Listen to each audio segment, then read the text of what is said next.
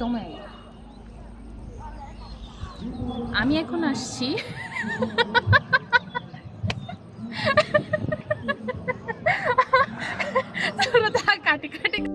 এত হাসি যখন দেখেই ফেলেছেন, চলুন তাহলে ভিডিওটি প্রথম থেকে শুরু করা যাক। সো হ্যালো এভরিওয়ান, তো welcome to my new blog.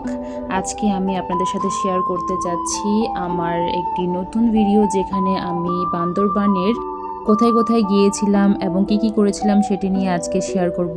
তো চলুন শুরু করা যাক।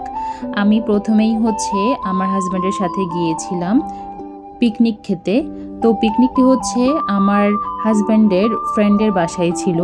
এখানে আমরা সবাই মিলে পিকনিক খেতে আসি। তখন সাংগ্রাই উৎসবের কারণে পহেলা বৈশাখ উপলক্ষে ফুটবল ম্যাচ হয়েছিল। তো সেখানে যারা যারা জিতেছিলেন, অর্থাৎ আশ্রম পাড়া, আমার হাজব্যান্ডের পাড়া, ওখানেই ওরা এই পিকনিকের আয়োজন করেছিল। ওখানে মেইন কুকরা ছিল যে মেল, অর্থাৎ ওখানে সিনিয়র যে দাদারা ছিলেন ওনারাই কুক করেছিলেন। It's a movie. Red carpet, the lights going through me. Anytime I arrive, it's the new me. Real diamonds on my neck, that's groovy. Flashing lights. All these things come to me. Dressing price. All my rings got weight. You feel that? You feel that? Hey, you heard that? Classic. Okay wait, এখন day 4, অর্থাৎ পহেলা বৈশাখের যে day 4-এ আমরা গিয়েছিলাম পলিকাপাড়ায়। অর্থাৎ এখন আমি যাচ্ছি আমার হাজব্যান্ডের সাথে পলিকাপাড়ায়, সেখানে গিয়ে পানি খেলা দেখব।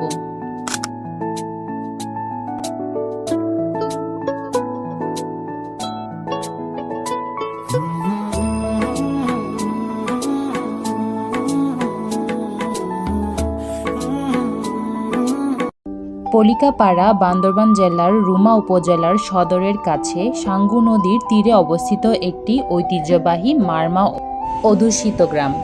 পলিকাপাড়া মারমা ঐতিহ্য এবং সংস্কৃতির জন্য বেশ জনপ্রিয়। আমি এখন আসছি পলিকাপাড়ায়, রুমা উপজেলা।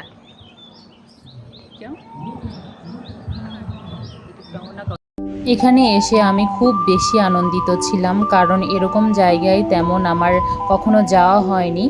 তো চারিপাশে পাহাড় আর এই নদী। আগে অনেকবার এই সাঙ্গু নদীর কথা শুনেছি, আজ এই সাঙ্গু নদীর পানিতে আমি হেঁটে চলেছি। এখানে অনেক সুন্দর করে সব কিছু ডেকোরেট করা হয়েছিল। রাতে হয়তো কনসার্ট হবে, তাই এখানে কনসার্টের আয়োজনও করা হয়েছে। পাশাপাশি পানি খেলার উৎসব তো আছেই। সবাই এখানে নদীর জলগুলো, অর্থাৎ নদীর পানি থেকেই যে পানিগুলো আসছে সেগুলোকেই সবাই পানি খেলার জন্য ব্যবহার করবে। আমরা মূলত সেখানে দর্শক হিসেবে গিয়েছিলাম। এরপর শুরু হয়ে যায় আসল পানি খেলা উৎসব, যেখানে কিছু যুবক এবং যুবতীরা মিলে পানি খেলা খেলছে। তো এখানে এত সুন্দর করে সবাই পানি খেলা খেলছে, দেখেই অনেক মজা লাগছিল।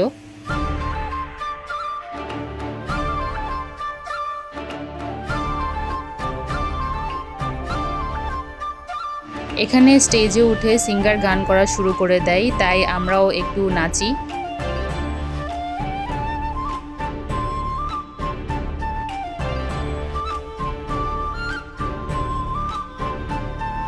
মোটামুটি যখন বিকেল গড়িয়ে এলো, তখন দেখলাম যে মানুষ আরও বেশি হতে লাগলো। এরপর আমরা চলে যাই মুনলাই পাড়া, বান্দরবান জেলার রুমা উপজেলার একটি অন্যতম পর্যটক কেন্দ্র, যা বাংলাদেশের সবচেয়ে পরিচ্ছন্ন গ্রাম। এটি মূলত বম সম্প্রদায়ের একটি গ্রাম, যা সমুদ্র পৃষ্ঠ থেকে প্রায় 1800 ফুট উচ্চতায় অবস্থিত। এটি রুমা সদর থেকে প্রায় মাত্র 3 থেকে 5 কিলোমিটার দূরত্বে অবস্থিত। পাহাড়ের চূড়া থেকে সূর্যোদয় এবং সাঙ্গু নদীর ওপারে সূর্যের ডোবার দৃশ্য মুনলাই পাহাড়ের অন্যতম সেরা আকর্ষণ।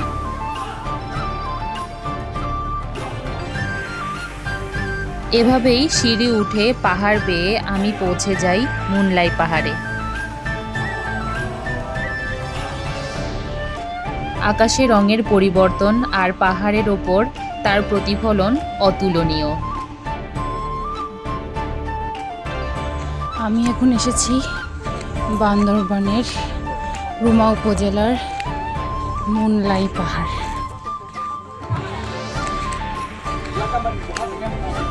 সেখানে গিয়েই দেখলাম একটি মাচাংঘর বানানো, যেখান থেকে পুরো ভিউটা আরও বেশি জোশ লাগছিল। আপনারা কি খেয়াল করেছেন, পাহাড়ের নিচ দিয়েই কিন্তু সাঙ্গু নদী বয়ে গেছে, অর্থাৎ পাহাড়ের নিচ দিয়েই এঁকে বেঁকে বয়ে চলেছে স্বচ্ছ জলের সাঙ্গু নদী। পাহাড়ের চূড়া থেকে সাঙ্গুর এই সর্পিল রূপ এক কথায় অসাধারণ। পাহাড়ের চূড়া থেকে সূর্যোদয় এবং সাঙ্গু নদীর ওপারে সূর্য ডোবার দৃশ্য মুনলাই পাহাড়ের অন্যতম সেরা আকর্ষণ।